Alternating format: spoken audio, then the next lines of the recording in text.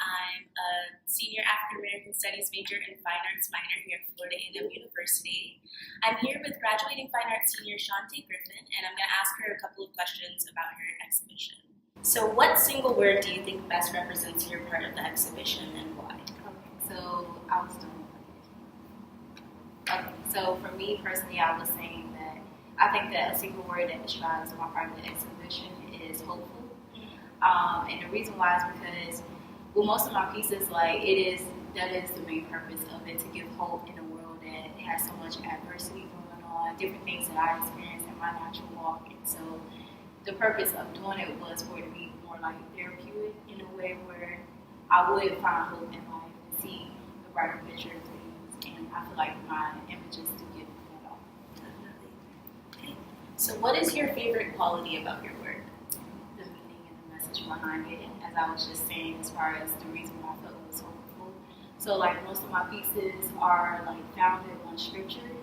And so the titles of the artworks are significant to what it is that I'm trying to visually share with the audience. What is your favorite location to make art in? I thought it was my bedroom until the pieces became extremely too large to carry back and forth. And so I would say the senior art room worked out perfectly. What advice would you give to future failing fine arts students? In regards to preparation for the show or just in general? So my first advice I wanted to give family fine art students coming up is make sure that you enroll in classes that you need. First off, it's really important. It's really important, especially when you get to your senior year, and you don't want to take classes you should have been taking, or not have classes that you needed, and I got an extra semester.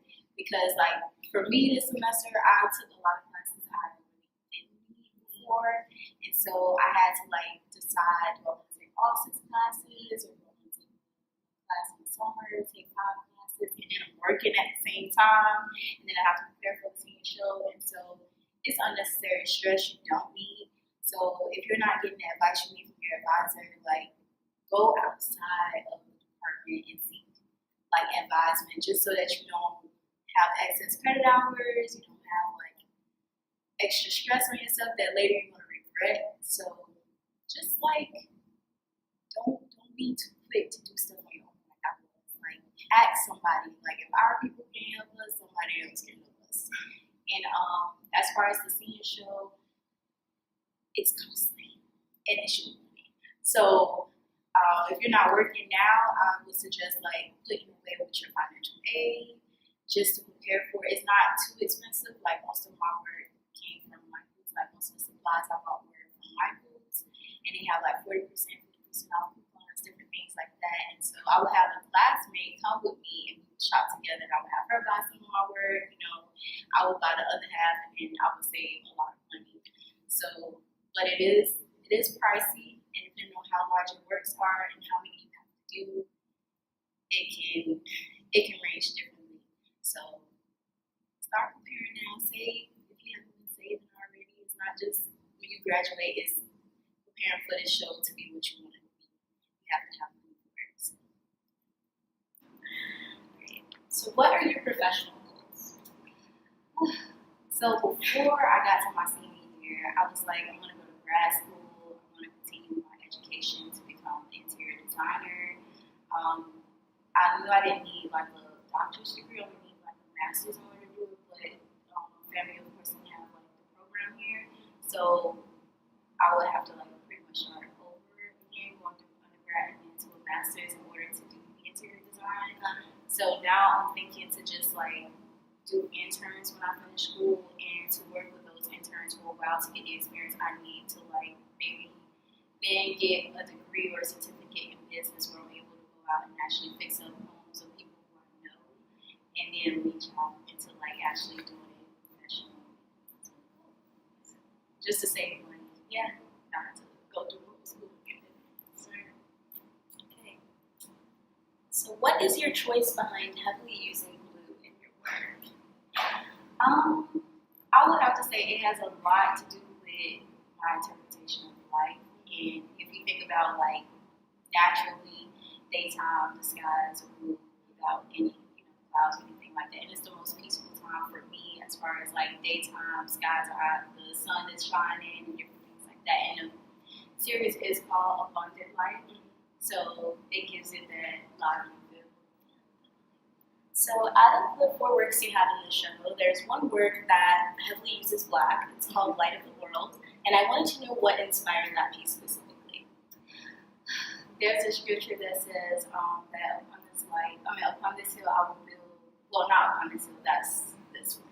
But it says like we are the light of the world, and so in particular with that one, it has a lot to do with standing apart, being different, and so you have like. I made it black so that you know that it's not the earth, but it is like the darkness in the world. So it is still kind of like that symbol of the earth, but it's just a night sky. And then you have the hill, which has like little shades of light where you know that this is important. It's supposed to be a significant of humanity and how we are to be different. It's okay to not be as everyone else, but just know you should stand out from everyone. Don't blend in with the darkness, but be your own person. Well, thank you for talking to me, Shantae. All right.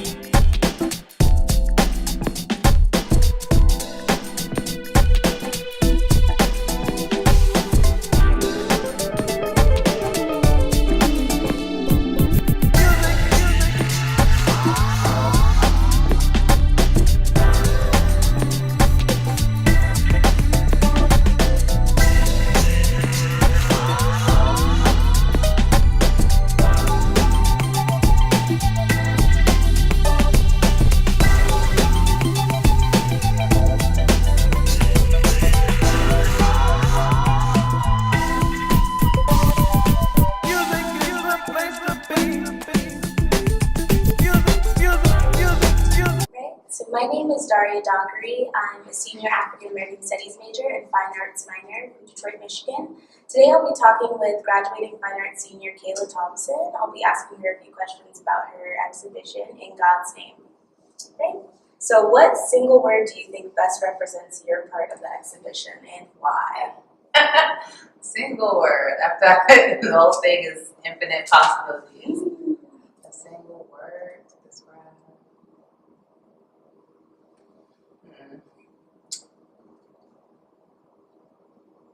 Infinite. That's valid. Yeah. There's a lot inside of it. Right. I like it. Great. What is your favorite quality about your work?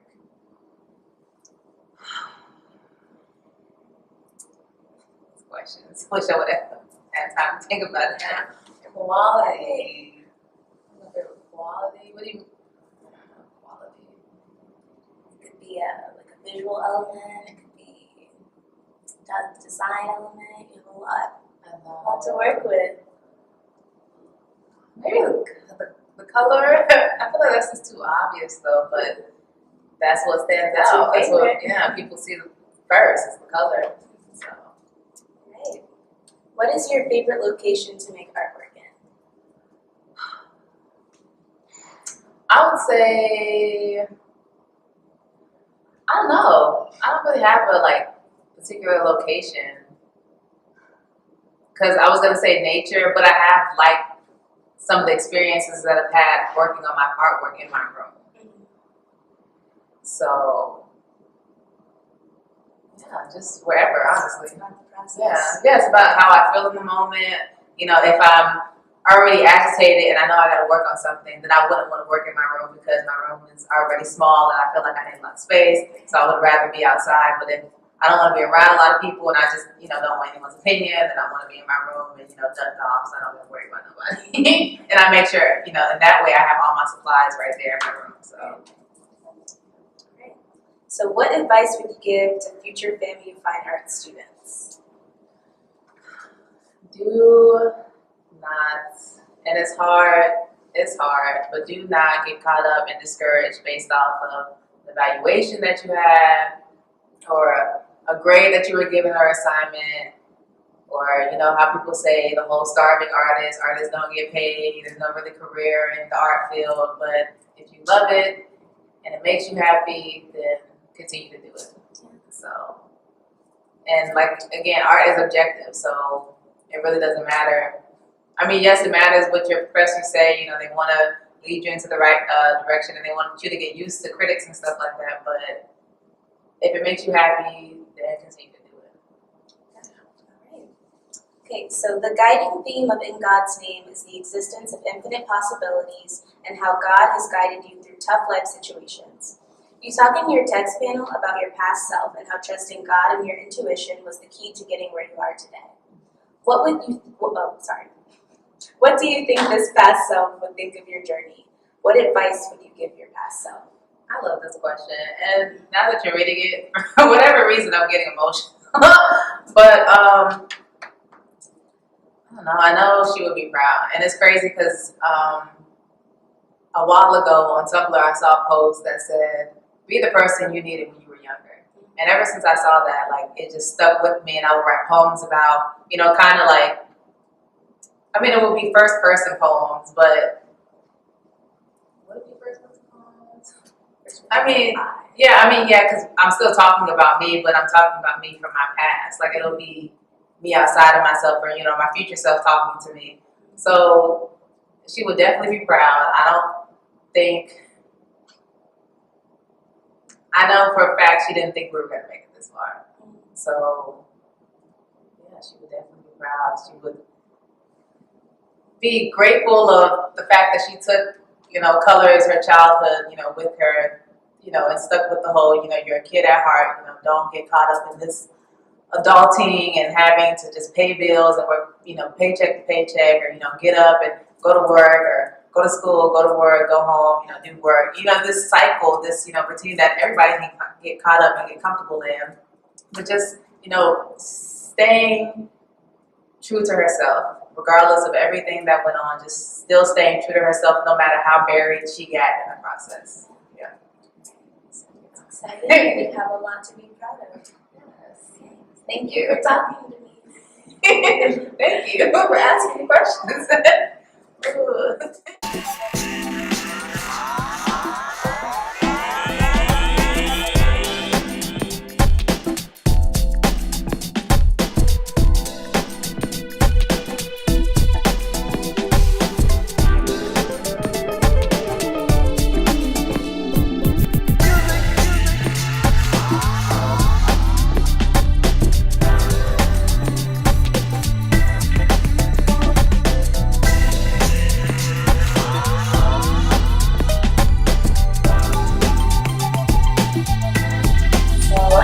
With Stephanie Smith, and we're going to talk about her part of the exhibition called Years of Enlightenment.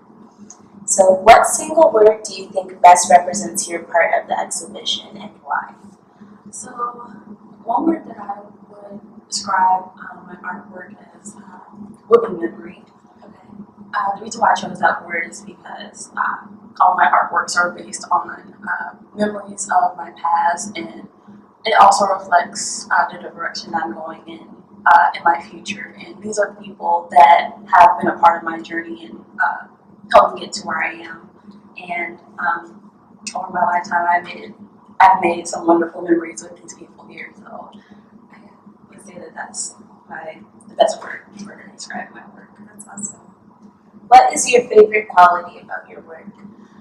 My favorite quality, I know this would seem kind of out there, but I created all my artworks on my laptop, and I've had this laptop since probably my junior year of high school, so it's a really old laptop, but I pretty much had it since I started my collegiate career because I took college classes in high school, so like all my ups and downs from my entire college experience I've had with that laptop, so it holds a lot of special memories too. Yeah, that's awesome.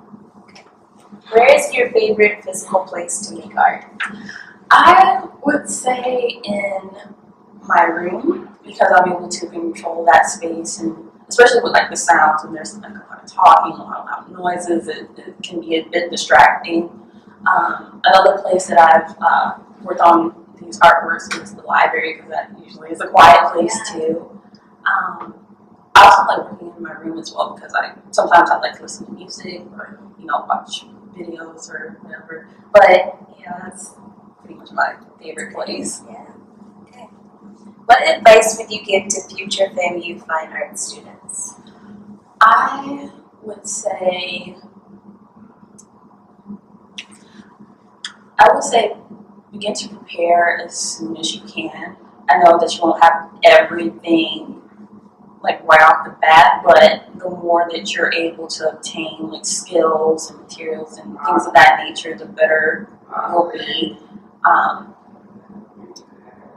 You might have to make some changes and adjustments, and there might be some detours in your process to your senior year, but that's just a natural part of it. It's all about adapting and getting used to making those changes when necessary and doing what you need to do to produce the best work. And another thing from my experience with Shantae and Kayla, another thing that I feel is very important is sticking together, because it can be one of your greatest times and it can be one of your most challenging times as well, but having that bond with people that are exhibiting with you can make a difference. It really can. Okay, sure. Alright, so this is like the question, but what are your professional goals? So my professional goals, I know a lot of people ask this question. Yeah, are you gonna continue with school? Are you gonna go in the workforce? I am looking into graduate schools right now. I got inducted into a graduate theater program yesterday. Congratulations. I'm looking into UCF's emerging media program. Also looking into USF and Florida State and University of Georgia's their fine arts programs as well. So that's where I'm heading towards. So, what was your decision behind how you formatted the titles of your pieces? So it took a while trying to figure out the titles, like how I wanted to format them, because I know you can spell out the dates.